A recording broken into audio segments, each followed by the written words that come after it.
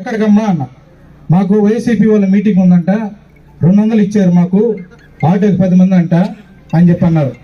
ఒరే ఏంది 200 పిలుచుకోండి, నేను కదా చూసా ఉదయం నా జన సమీకరణ అన్నాడు కాకాని గోవర్ధన్ రెడ్డి గారు. ఆడ ఏటి అవతల కడవుతున్నారు మిమ్మల్ని చంద్రబాబు అన్న. ఆయన దెబ్బకు మళ్ళీ నువ్వు ఈ యువతలకు వచ్చినావు, ఏటి అవతలే ఉండు నాయన, ఏటి యువతలకు ఒక ఏడకోటి వస్తే ఏం నిలుత కడతారు మిమ్మల్ని ఇక్కడికి అని మేము కూడా తెలియజేస్తున్నాం. ఎందుకంటే ఆయన తెలియదు కోర్ నిజ పరిస్థితి. ఎమ్మెల్యే గారు 54,000 ఓట్లు మెజార్టీతో గెలిస్తే ఈ రోజు కాలువల్లో సొంత నిధులు పెట్టి తువ్విస్తుంటే అవి కనపడటం లేదయ్యా నీకు మాజీ మంత్రి గారు అని అడుగుతున్నా. క్యాన్సర్ హాస్పిటల్ బస్సులు పెట్టి పేద మహిళలకి అందరూ కూడా ఈ రోజు ఆరోగ్యాన్ని చేస్తుంటే అది కనపట్లేదా నీకు అని అడుగుతున్నా. ఈ రోజు వస్తుంటే కడలూరు రోడ్డ 5 సంవత్సరాలు గుంటలు మయంటే మీడియా వారు మీరే సాక్షి.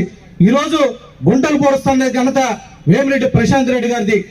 సొంత నిధులు పెట్టి ఈ రోజు ట్రైసైకిల్లో ఈ రోజు ఎమ్మెల్యే గారు వేమిరెడ్డి ప్రభాకర్ రెడ్డి గారు, అదేవిధంగా వేమిరెడ్డి ప్రశాంత్ రెడ్డి గారు సొంత డబ్బులు పెట్టి ట్రైసైకిల్ ఈ రోజు పేదవారికి ఇస్తుంటే అవి కనపడటం లేదా అని అడుగుతున్నా.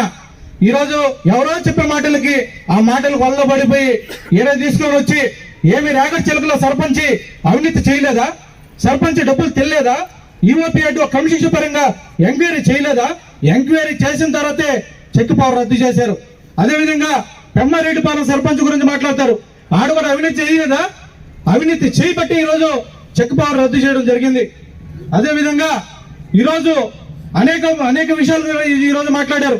జన సమీకరణని 6 నెలలు ఈ రోజు మా ఎమ్మెల్యే గారు మీకు స్వేచ్ఛనిచ్చారే కాబట్టి ఈ రోజు మీరు అందరూ వచ్చి బయటకు మాట్లాడగలుగుతున్నారు.